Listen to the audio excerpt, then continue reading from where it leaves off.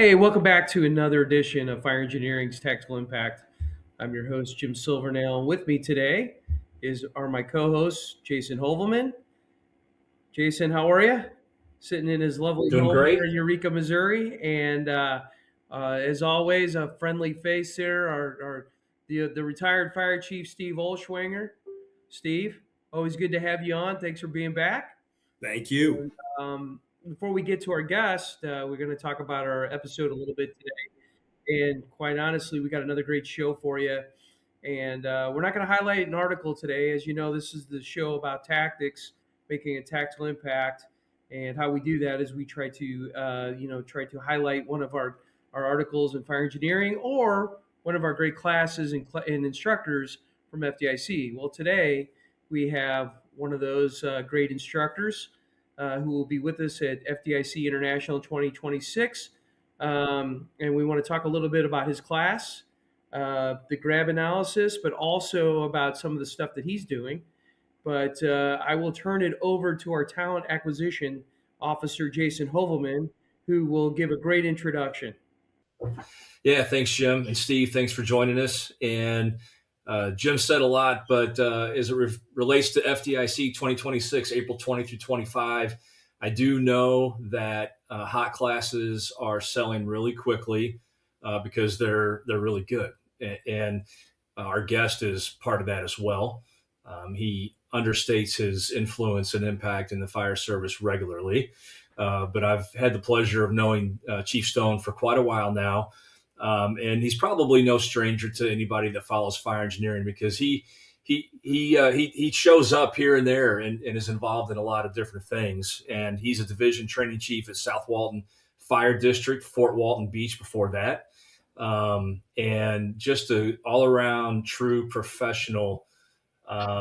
What's you used to the five skill athlete. Well, Chief Stone's a five skill fire professional because he's a good guy, does training, he's tactically sound, understands leadership, and takes care of his community. So he's got all the attributes, and so we wanted to bring him on today because he's written some stuff, but more recently he did a video about an interesting topic that I'm sure will get a lot of discussion at some kitchen tables because it's a little bit of a kick to the past a little bit, but where he goes with it's I think really interesting.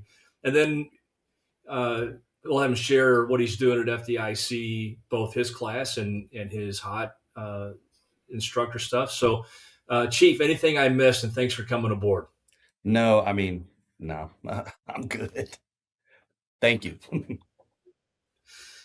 So let's start with your most recent video, all right, and then we'll jump to the class because I think the video kind of will lend itself into the class a little bit because it's all about basics and fundamentals. But kind of talk about what you've been thinking about this for a long time.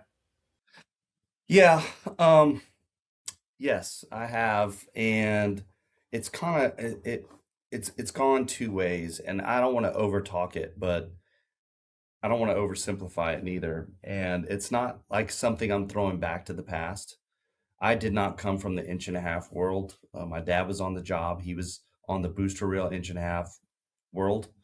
But that is not my world. However, I did come from the line. I haven't soon forgotten the difficulties of doing this job. And I think my era from 2001 forward, I have personally felt and witnessed the increase of things that are on us, whether it is responsibilities. And in this case, I'm talking about added weight. I just had this discussion today with some friends of mine about this topic. The topic is the consideration of smaller hand lines and lower GPM. And initially, when people hear that, there's pushback. And I think, and I get it, and I understand it because it's going against a lot of the narrative that since I've gotten into this career has been steered to a higher volume flow. It started off, the conversation oddly started off, to my memory, as a challenge from Steve Robertson at a conference on Pensacola Beach. And we were discussing efficiency and hose lines and weights and all the nerdy things about the engine company and the push and the end user experience and all those things. And in that conversation, we kind of made a friendly bet over a beer and said, I bet, I said, I bet we can get 150 gallons a minute to 160 out of an inch and a half. And he said, absolutely no way. So it just so happens that we both know a lot of people in the industry on both sides of the hose and nozzle aisle. Fast forward to the next year at conference, and we agreed to assemble some people to evaluate this to see if we could actually achieve. And I did a really poorly edited video on YouTube that shares the results of this. The long and short of it is, I was able to collect up the guys from Elkhart and the guys from Key and a couple hitters in the fire service, Kyle, Steve himself, Ray, some others, and everybody came out to analyze: can we get 160 gallons a minute out of a 200-foot inch and a half pre-connect? The short answer is yes. The nuanced answer is not a good idea, because at that volume, there's a lot of without getting into it, there's a lot of whip. There's a lot of things happening at the bite end of a piece of hose and a nozzle. And it really does, you know, you have to put the right combination of nozzles to hose. Our experiment was based on what we flow here, which is 7/8 tips and 50 150 nozzles or 5160 nozzles and chief nozzles from Elkhart. That's what we did it with. And and it worked. It worked, but in Kyle's words, it was sketchy, and I agree. So we put that to rest. Well, that was about the same time I think a lot of the studies were coming out from FSRI on how much water it takes to put out a fire, et cetera. You guys are probably familiar, right? And not that I've deep dove into those, but maybe because I have a bias to lower volume approach and attack, I took out of that, we are we overkilling? The question I ask myself and I ask a lot of my friends, are we overkill on this volume?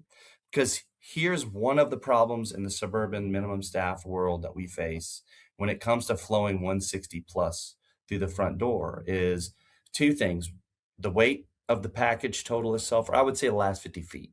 That's really what you're struggling with. And when you're pulling with two people, it's difficult. You get past that second obstacle, it's difficult.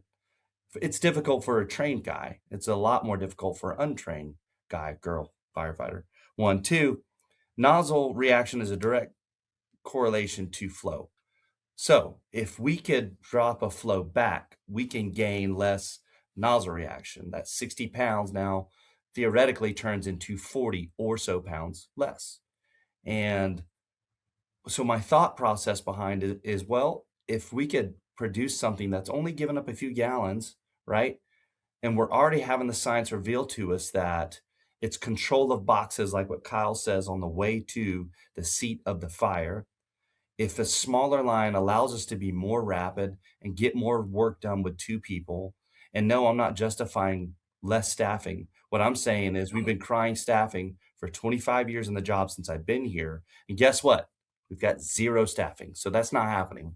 What are we going to do about it? So all these things are sort of ruminating in my mind about the inch and a half.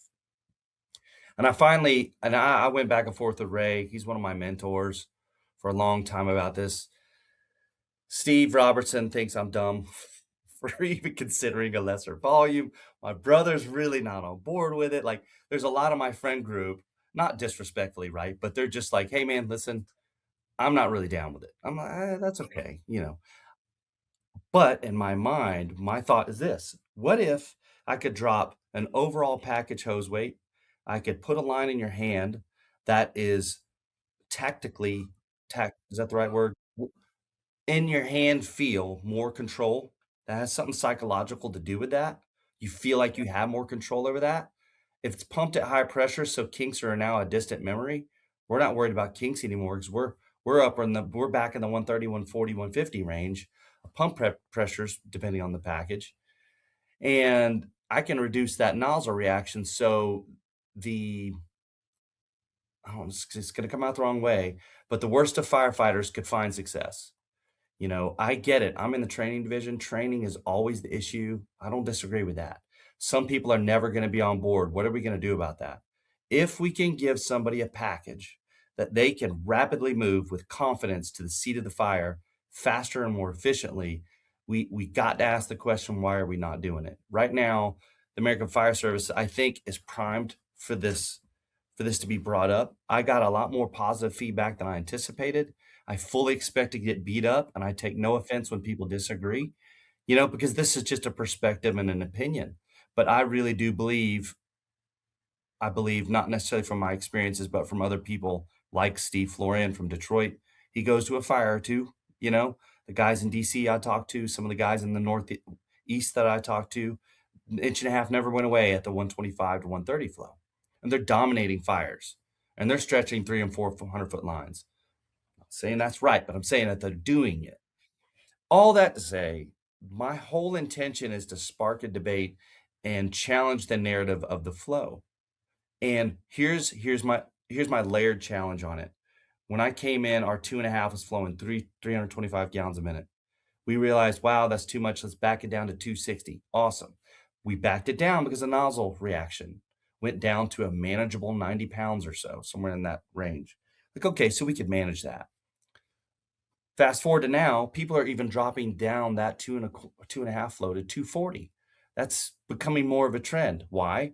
Again, it's nozzle reaction. And now we're reducing our lines to 2.25 because it's more efficient. And 2-inch in some cases, when you're putting the turbo device on the end of that 2-inch, it's solving the whip issue. So now the 260, 265 flow is very much in conversation on a smaller diameter hand line.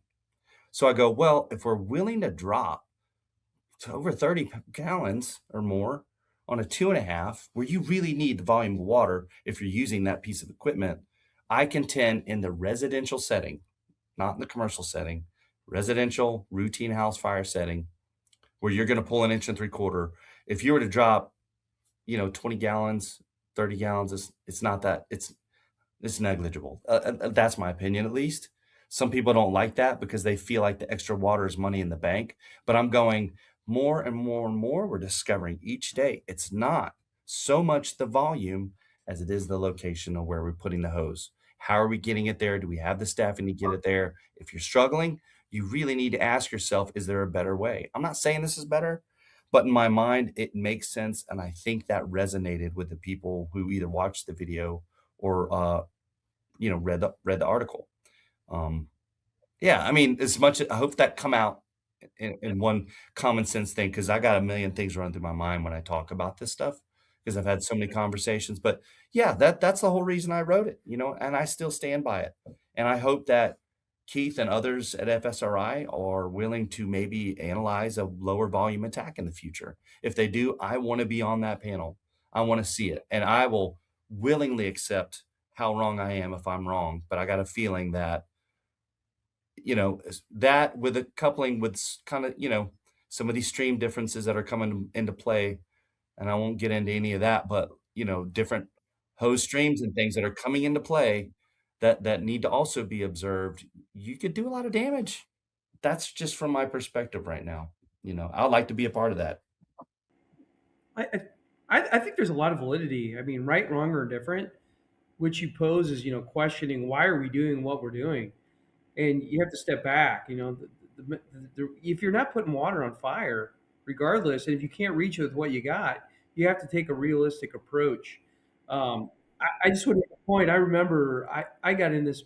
Jason and I, and a lot of us got into the business early as young fire juniors or whatever at 14, got up into, until we actually got into the paid side of the department. But back in the days of that, you're talking 86, 87. Jason, I think you're a year older than me, but Steve, you're definitely older than us. But they just phased out the inch and a half. I remember because it was like the evil, right? It was the evil thing that we finally got rid of. But I think you're talking about a different animal because of the nozzles and the different type of a hose construction. I mean, don't you agree with that? That now we're facing that. Yes. That's what you're up against, but it's a totally different animal. Well, people are assuming. So what do we used to say? We used to say GPM trumps BT or something like that, right? I can't Yeah. remember the saying. Is that absolutely true right now? Is that still true? Eh, yeah, kind of, sort of. Yeah. It is. Until we understand more thoroughly our approach to the seat of the fire, and again, controlling the atmosphere as we go in. Like it or not, that's what the UK has been doing for years. And I'm not justifying a 1-inch line at high pressure. But what I'm saying is they understood the stuff that we're claiming that's, oh, wow. So it's a new understanding. And it's like, no, 3D firefighting has been down a long time. Am I right? Like on the 3D concept of environment control to the seat, that's what they were doing with very, very little water. Doesn't make it right. And I'm not advocating that, but I'm saying in the same mind, can we drop a few gallons and still feel safe enough to stretch a line in a, 2,000 square foot or less occupancy? Even if it's bigger, you're still fighting fire room to room. And, my for me, it's always been if I got more than 3 to 4 windows of fire showing on a residential structure, I'm considering my tactical change of what line I'm pulling. So I need to step the GPM up. And typically in my world where I had lesser people, I'm going to step it up and make a hard hit from the outside. And my driver's following up with that 1.75 inches to the door because we're going to take the little line and we're going to make a run for it and get inside and try to get to the seat of it. That's my the mind frame, like my tactical mindset coming into that. And so yeah, back when my dad was on the rig, the booster reels, they get sometimes a bad rap. There's a lot of guys. I'm sure you guys have stretched a booster reel or two on a fire. That was par for the course down here in the South where we were at too. Again, not advocating it, but you know what I'd like to see? Give me a 120 gallon, 130 gallon booster reel. Man, we could do some damage. We could really If do you some know what damage you're on that. doing, you can put a lot of fire out. Because in my Yes, early because career, I started in 1980. Yeah, and yeah, the department I was with in my younger years went to a lot of fires, and those older officers, that's what they had. Boosters, 1.5 inches is what we had, and they weren't big homes, anywhere from 800 to 1,500 square feet, whatever, with a bunch of rooms on fire, and we put them out, and the job got done, and it works. I'm with you. I don't know if you can hear me. My screen Yeah, seems to be froze, yep. You're but frozen. yeah, we We can can hear hear you. you fine. I, I knew he was but going but to I'm jump in. with you on that, man. I'll back you 1,000,000% because I've been there, done it with your dad, like he did. So and it worked. Yeah. DJ, something that comes to mind with this discussion, and you talk about, when I was a captain, I kind of got away from deck guns, and mostly because I found that I could be more effective with a 2.5 closer and at a better angle to get water exactly where it needs to be, instead of that breakover point on a deck gun when it first gets going, how much water you lose, and it's not real surgical in its attack. And I can see this being something similar. And when you brought up the studies, if I remember, if I'm recalling this correctly, it's been a while since I've read that some of those is that number one, we're using 200 or less gallons total of water on most of these room and contents fires, up to 2 rooms, and uh, it is showing that where we put the stream, being more surgical with where that stream is going, is a huge factor, as we know, but they're quantifying that. And so I just remember whenever I started telling, I don't want anything to do with that deck gun. Well, what about a garage fire? No, we can take a 50-foot roll of 2.5 a lot quicker and have a better advantage because we're able to better strategically put the water exactly where it needs to be, or at least closer to it, even a strip mall fire to start out with. Yeah. And so this kind of reminds me of that discussion. A couple of pushbacks I get. I love the term surgical. I 100% agree with that. Because again, that speaks to location. We got to get the line to where the seat of the fire is. That's why when the initial studies came out on the hitting it hard from the yard, there was such pushback from the Rays and the other guys because they're like, listen, you're not telling the other side of the story. The other side is you, and it was miscommunicated, right? Yeah. Yeah. You got to get in. Like they're saying, just hey, get a pause and get in. Now they're saying water from anywhere. I don't know anybody who disagrees with that now. Anybody from Right. any side. Water from any point strategically placed in the building is going to help the occupant and it's going to help us. And we don't assume it's going to put the fire out. But that surgical term, I think, is absolutely correct. And a lot of feedback and pushback I get too is about, oh well, two things. Well, the stream reach, stream reach, stream reach. And I go, okay, so I work in an area now where your average home is anywhere from 7 to 10,000 square feet. It's a big place. We have big foyers, big and open spaces. I never really see more than at the most like large front room is 20 by 20. So what are we fighting fires in here? What are we talking about? Because they want to go to these extremes, and I'm going, okay, so you have a very strong reach of the stream at 30 to 40 feet. Your breakover is not even close at 30 to 40 feet. Right. On a residential, do you really need that much more? And The then they go velocity on the to, backside just not there. yeah, and then they go to, and I got something sitting in the wings right now about this subject matter that I've been marinating on and writing on. The whole appearance of the stream. People love to talk about, let me evaluate that line. I don't like the way that stream looks. I was like, I really don't care what it looks like. As long as it's not a fog broken pattern stream that has teeth twisting, breaking into small droplets, I don't care what it looks like. I want to know, does it go 30 feet or so with punch and power? That's what I want to know. The stream, the look of the stream is completely irrelevant to performance in small box form. Now, if I got to get that punch and I'm on a defensive posture or I'm a large commercial, I got to get depth, different conversation, right?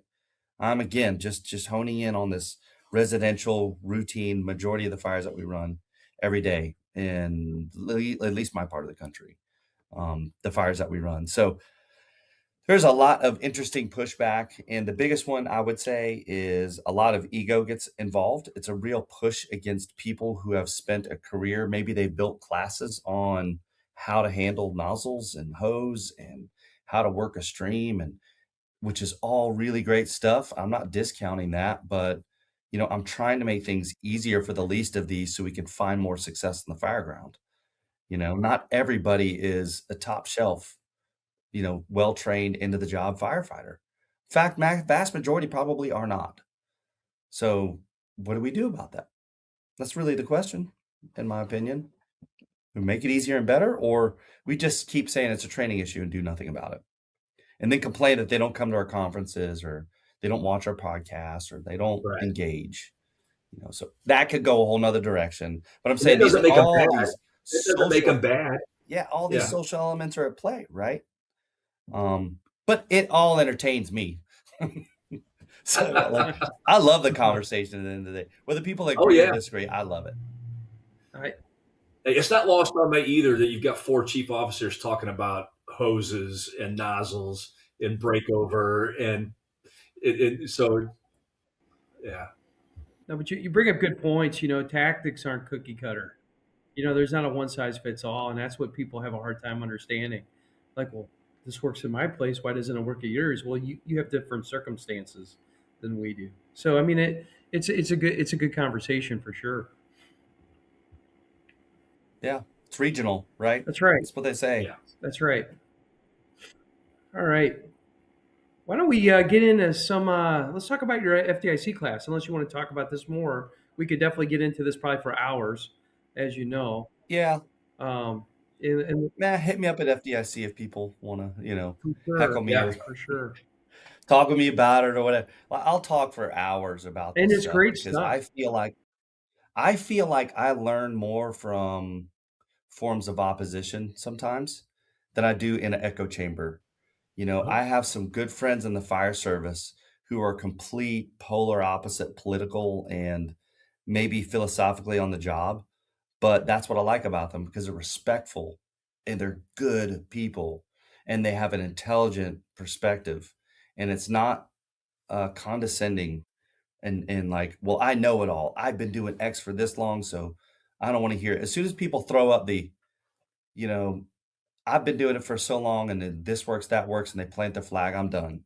Okay. I'm not one to argue with you. I'm not a good debater. I don't want to argue, but I love having conversation. So this ties kind of into the class. The class that I do basically covering 4 different local regional rescues that happen to be caught on film. 2 of them were ones that I was involved with directly, and the other 2 are close friends. One's in the community that I used to be the fire commissioner in, and another one is pretty much with our sister department in Escambia County, and really good friends of mine that were on that rescue specifically. So I dive into each one of these, And I think what the class has turned into from the first time we ever came to FDIC, it was me and my brother, and it's probably the best Yeah. experience I've ever had in my career. Like it just was. Like I admire my brother more than anyone on the planet. He's my mentor, one of my best friends. So he's kind of walked me through the job. And when the first class that we did was actually 2 rescues, one that he was involved with as a battalion chief that he caught on film. His guys caught they made a VES with 0 intel and pulled a lady out of a window, all caught on film. He was the battalion commander on that. And then I had the one where I was involved as a company officer, and we were able to get a lady out of a pretty intense situation there. And so the class premise was just us 2 talking about our calls. I talked about it at the time because I was still an officer from an officer perspective. And then I talked from the officer perspective about his video, and then he would turn on mine and talk from a chief perspective, and I would share from my perspective as an officer. And it was a really interesting back and forth because we're brothers. We could read each other. Like I know what he thinks and vice versa. So that's where it started. But as life has it, he, moves on and gets busier and he's unable to travel. So he encouraged me to do it by myself and then insert these other 2 videos that happened in the time frame. So quickly, within 2 years later, I have promoted a battalion, and now the company I manage on the north end of town catches a fire where a kid's trapped on the second floor and they pull them out. Incredible, successful call. They were first due. We have been drilling for this, and it was just so good. So all that's culminated into the current class that we do. But what I've started doing in the class, I'm very transparent, and open on.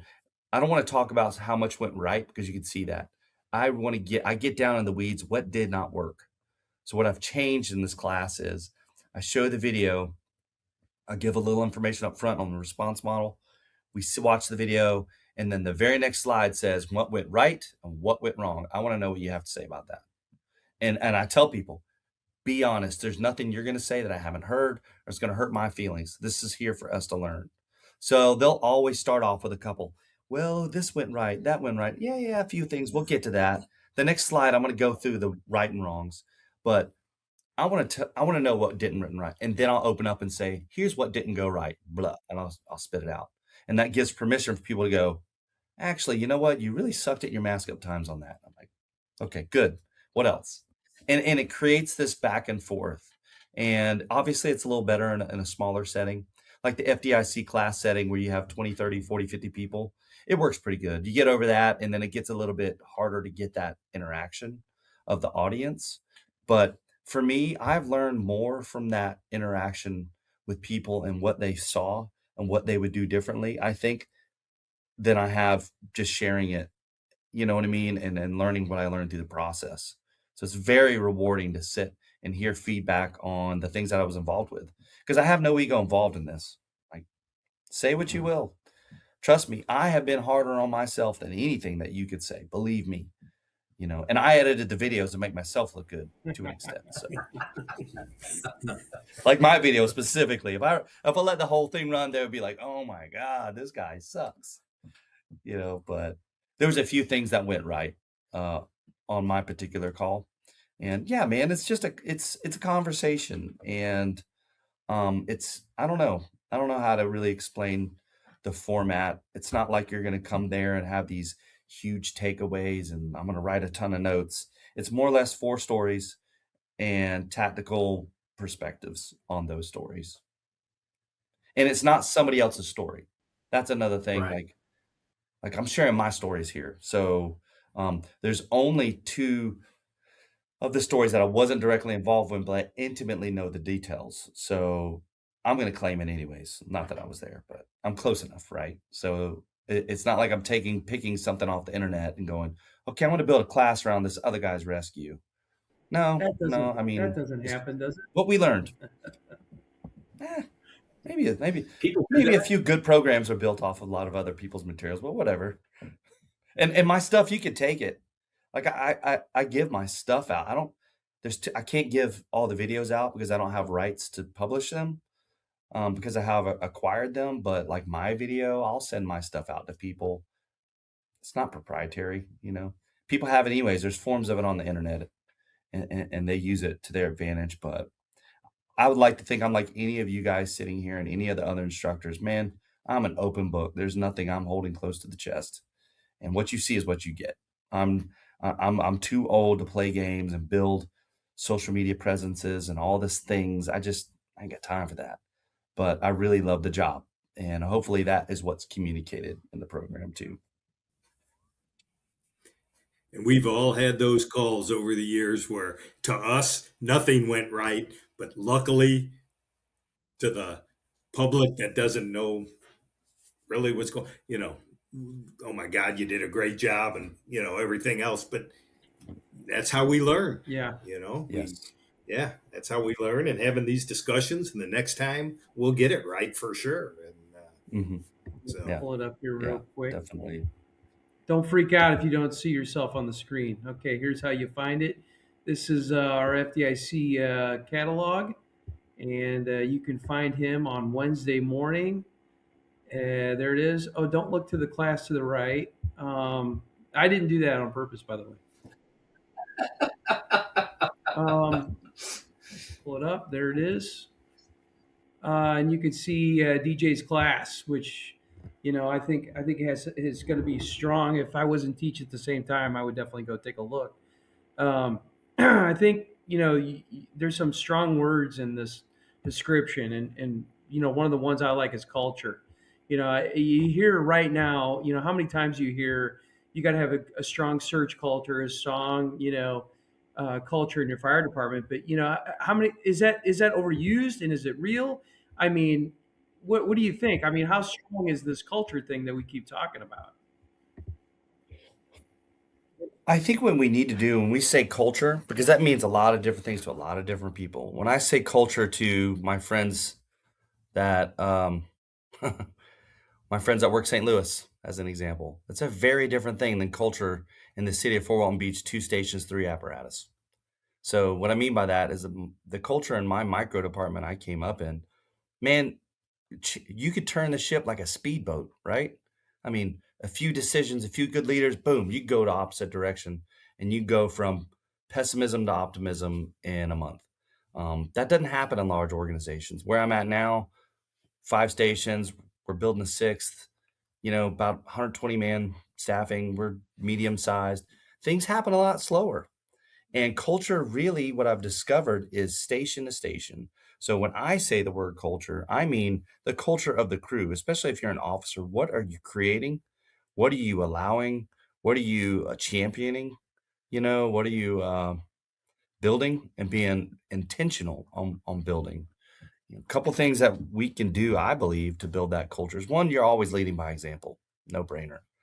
Number two, you're the parent. Like the I think being enthusiastic and passionate about something is understated and it's undercommunicated. Because if you could produce that, then the culture of the people around you are going to understand that as an expectation to a certain extent, and they're going to be motivated by that. So I always tried to be enthusiastic and engaging, not in a fake way, but in a genuine way. And I always tried to challenge and lead by example as much as possible. So if I wanted to get better, we're getting better. And I'm a huge champion of people. God knows why he planted me right here, right now in this role, because I'm a cheerleader of sorts. And when the people work with me, I love to see people succeed with me and under me and then surpass me. I have no problems following people, no problems giving people credit for what they do if it's great. I'm not going to give a scab of credit, but for the people that are legitimately doing it, I'm not intimidated by that. It excites me. Like if you were to get a new truck, I would be excited about that. I'm not hating on you. I want a new truck too, but it doesn't matter. I'm excited about what you got. So I think when you kind of take some of those things and you're obviously building a culture on the right foundation of ethics and morals and all the right things and service to others, and you're in a servant leader kind of posture. I'm not going to say it's a guarantee to success, but you're going to find success in that crew. So if the culture is good, the engagement's good, the guys don't call out a sick much, they don't want to go on vacation much, you create the family, they come in, they understand the 3 F's, fire, fitness, and family, right? We're going to come in and drill. That was my saying. We're going to drill for a little bit. It could be 30 minutes, could be 3 hours. We'll go as much as we feel like we need to be ready. We're going to do a little bit of working out, and then we're going to be family at night and have dinner, just the 3 F's, man. We're gonna keep it simple. And the guys look forward to that. No one signed up and didn't want to come to work. But at some point, when you work with poor leaders and poor firefighters around you and a very pessimistic, negative culture, you don't want to come to work anymore, right? You guys have been there. You're just done with it. And so we control that as officers. So when I see a piss poor crew, I go, well, that's your fault. Like if you're in charge of that and you have a negative crew, you got to look at yourself internally and go, well, what am I doing to produce this? Sometimes it's out of your control, but most of the time it's under your control of influence to create that little culture right there in that one company. And then hopefully, if you're good, if your company is good, it doesn't matter what the rest of the department is doing, right? At least that's been my perspective. Like I don't care what engine whatever's doing over here, or truck, whatever. Well, we're good. We're good. Those guys may be goofballs, but we're squared away and we're having fun and we want to come to work. We can things we can't change. I can't change pay and benefit overnight. I can't change some of the equipment we got. So stop complaining about that. Right? Yeah. No, stop. You just stop it. Like the things you control, own it, control it, and have fun. That was my every year in my goals. The number one at the top was, hey, so we're gonna have fun first, and then we're gonna do these other things. Own to that. I want to come to work and work with these people that are around me and vice versa. And if you don't fit into that mold as a crew, there's a lot of other places you can go, and I will happily give you a recommendation and pass you on your way. And I've had that happen too. I'm not everybody's cup of tea. And I was totally fine with it. And I supported him. And I said, man, I wish you the best. And he went to another shift, went to my brother's shift, whatever. But it worked out good. He's a great guy. So DJ, your full time day job is training chief, and you were talking about your sphere of influence, which is much bigger than a company officer now. But one of the things that really struck out to me, or really lashed out when I read your description of your class, was proactive training. And I think that's so important today, is the proactive training approach, not what's been written down for years, but kind of explain what you mean by proactive training and what it means to you. I think you can sum it up in one word: intentional. So proactive, intentional, maybe are two words you could use together to mean the same thing. And what I've discovered since leaving my old department and coming here, because I used to think, oh, the training division, I didn't have a training division in my old department. So a lot of the department's training and my training for my crew and shift came from me, even as a battalion, when I promoted a battalion. And I thought, man, if I could get a training division, man, that's going to solve all of my problems, right? Because they're going to put us on a path, blah, blah, blah. And I quickly realized when I came here, I'm like, you know what? I do not have the influence of an officer. They're with them every day. They are creating the engagement of training, how important it is on their radar, et cetera, et cetera. And so whereas I am more of a chess player, is that the right term? Like I'm moving pieces and parts on a bigger level. I'm fueling others who want to teach and pour back in through the cadre where I work and giving them platform to do great things. Whereas really proactive training is the officer engagement. And if it's not an officer, you got a dud officer. I see it all the time. Senior firefighters are driving companies and pulling officers with them. That's okay too, right? But really the officer has the most influence in my opinion. You can make or break somebody's career. You can make or break a successful outcome. And proactive training most often, determines a successful outcome. Without it, you're not going to figure it out. I tell people all the time. I was told that when I got on the job. I was asking about something, what if this fire happens or that, and the boss like, don't worry about it. Don't worry about it, boy. We're gonna figure it out when we get there. That's what they say in the cinema. And I thought, but I don't want to figure it out when we get there. I want to know what you want. So expectations tie into that. And I'll say this one thing about expectations. In my opinion, um, one of the keys to success other than the intentional training is two things: known expectations. So when we communicate what we expect from our crew members and those that we lead uh, in detail, um, that tells them what and how we want them to perform. And then those people got to know how to execute the expectation. And if they don't know, they need to ask and make it known so we could train, drill, and equip ourselves to be ready for that moment.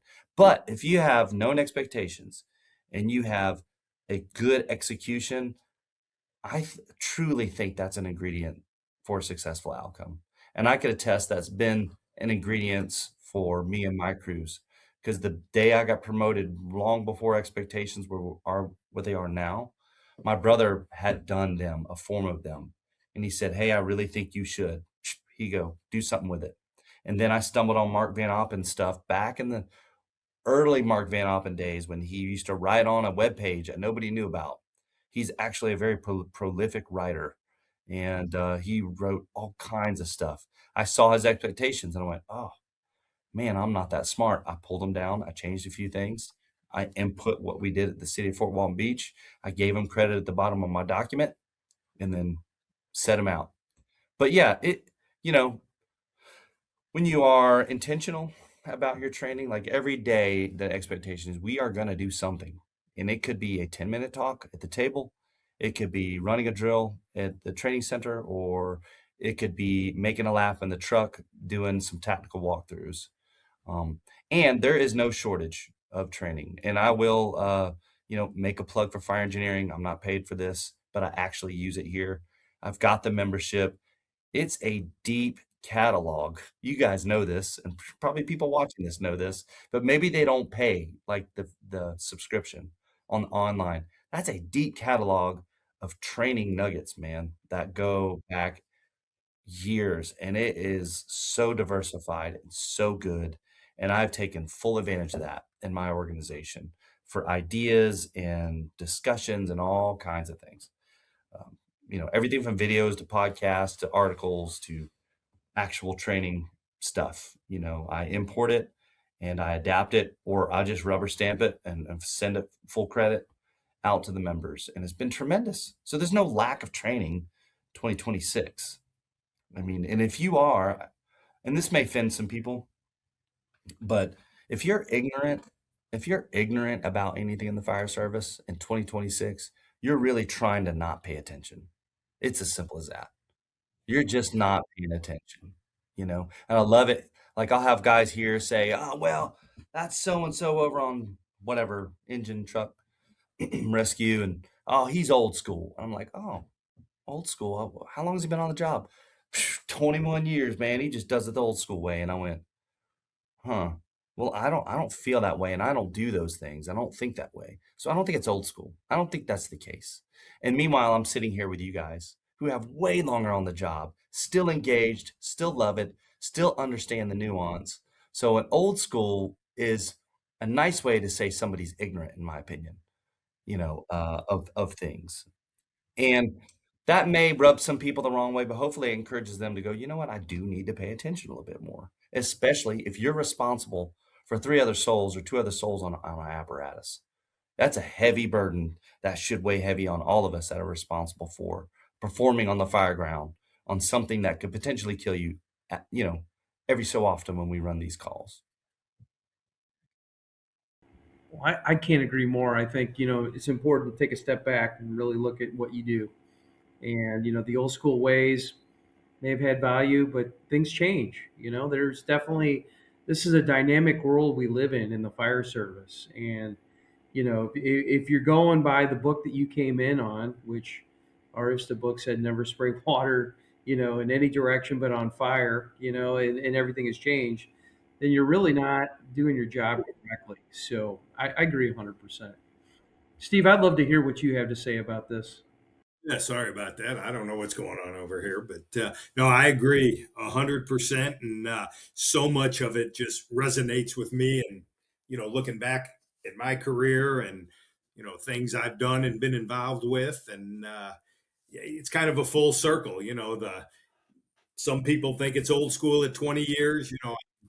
Much older than that, and of course, when I was a young pup, I thought all those old guys didn't know what the heck they were talking about either. And Yeah. Yeah. now, man, if I could just go back and bend their ear and pick their brains, I wish these young men and women would do that more often, because, man, there was so much I could have learned that just sitting in the kitchen at the firehouse. But yeah, it's you're spot on, man. You're spot on.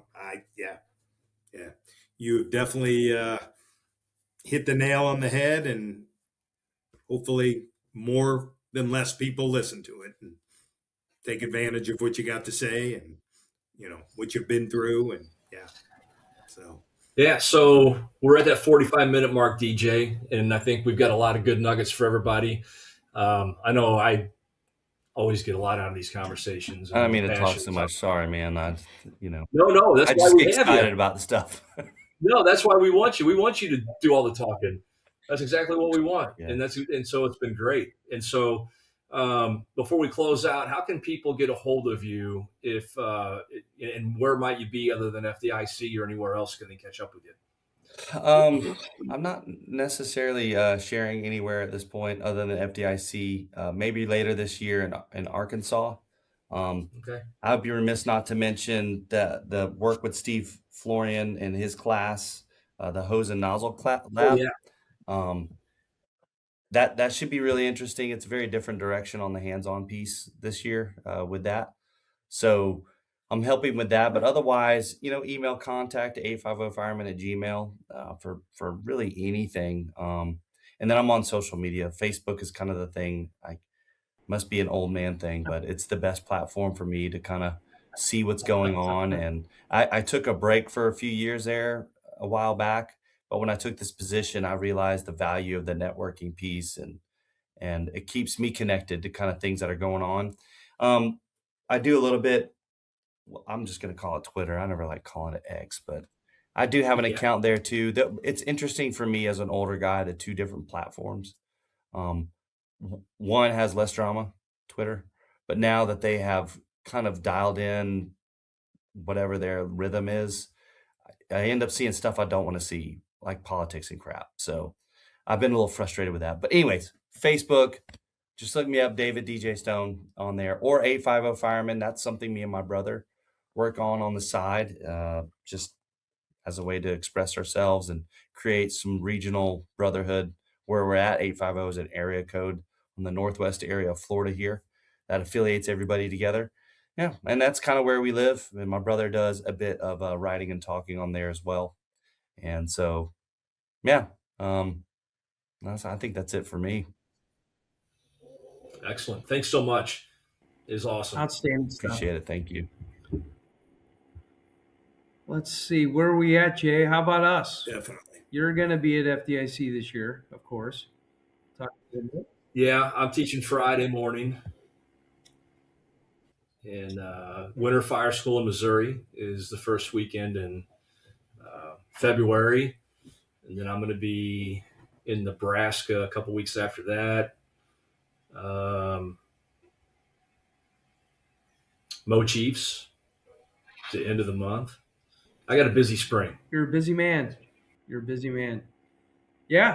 If anybody's in Missouri, we have a great winter fire school coming up, February the 6th, 7th and 8th. It's unfortunately the Super Bowl, but you can hurry home and watch the Super Bowl if you'd like. But Jason and I will be doing a class called Tactical Impact, the same as the show. So if you're in the area, please come by. And of course, always, if you have not registered for FDIC, make sure that you have registered for the Super Bowl of all fire service training. And we can't say enough. Last year, 37,000. Is that? I think that's the number we published. 37,000 participants. There is nothing like it in the world. So if you've not heard about it, get out of the rock you're underneath and get out to Indianapolis, where you can get outside your box, learn about the things that we've been talking about today, and really expand your skills and knowledge and abilities for the fire service, and also network. You will find people like DJ Stone there who love the job, and you will find a circle of friendship and brotherhood that will expand your career. And if it sounds like I'm talking like a commercial, I'm not. This is true. It's expanded all of us. So, and you'll find Steve there. Steve, you might find him in a local watering hole somewhere, right? Yeah, and class, and class. But no, we're looking forward to seeing everybody. Never So know. make sure you get out there. But Jason, if you take us home, and we'll wrap this up. All right. It's always a pleasure to be on here. Thanks to Chief Rhodes, Diane, and everybody at Clarion and Fire Engineering for allowing us to talk to people like Chief Stone. Be sure you check him out, 850 Fireman, and FDIC for sure in the hot class and his classroom on Wednesday. And he brought up a good point. Subscribe to the magazine. That is monthly training. They have a diverse number of topics, everything under the sun from people who, a lot of those articles are based on experiences. They're based on what has actually happened. Subscribe to the magazine and then go to fire engineering training. Again, a huge library of training, which for what I think is very reasonable ask and investment. So do those things, get registered for FDIC. If you see any of us that week in Indianapolis, please stop and say hello, even if you don't like us. And then, uh, come back to fire engineering for all the different webinars and podcasts. And thanks to Steve for joining us. And on behalf of Chief Silvernail and myself,